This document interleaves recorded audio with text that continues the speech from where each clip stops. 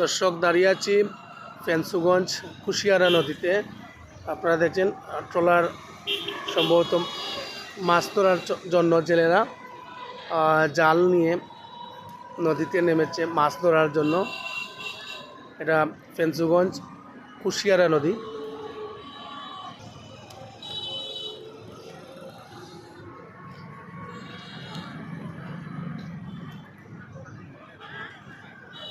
এই দেখো আপনারা ছোটো ছোটো নৌকা দিয়া মাছ ধরার চেষ্টা চলে।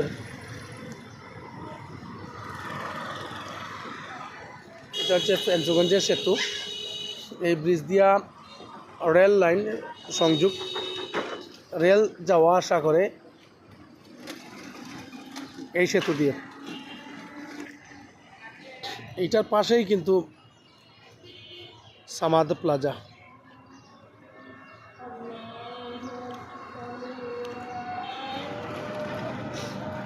এটার পাশেই কিন্তু আমাদের ফেঞ্চুগঞ্জে আব্দুল সামাদ আজাদ যিনি ছিলেন, উনি আমাদের ফেঞ্চুগঞ্জের কৃতি সন্তান।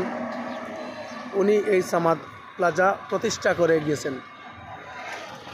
একটা বিষয় আপনাদেরকে জানানোর জন্য মূলত এই ভিডিওটি আপনাদের সামনে তুলে ধরছি।